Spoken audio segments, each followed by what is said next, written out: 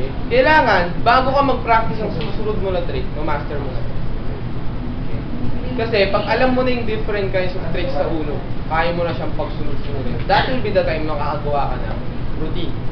Yung kawali. Okay? Meron kaming tinatawag na, drop. Back drop. Susundutan ko ng pulse spin. Kuha ko ng bote, install ko. So, diba? Nabubuo. Doon na po yung time na makakagawa tayo ng routine. Since ikaw yung nandito. Score! Alam natin ka, harap ka sa akin. Nagkalimutin ako, guys. Kung ano yung gagawin ko opposite sa kanya, so kailangan magkaharap. So, talikuran. First trick. Guys, kita mo sa likod.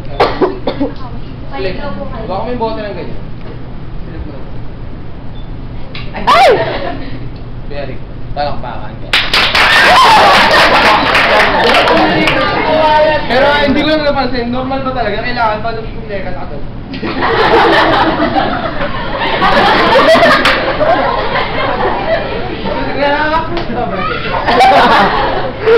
One more. Flip. Very good. Hindi naman ako nila. Palm spin.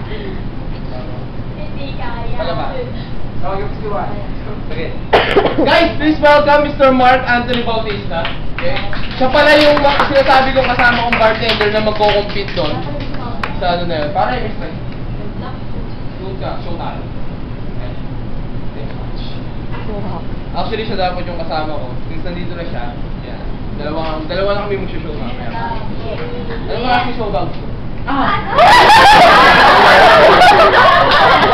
Gusto ko yung mga reaction niya.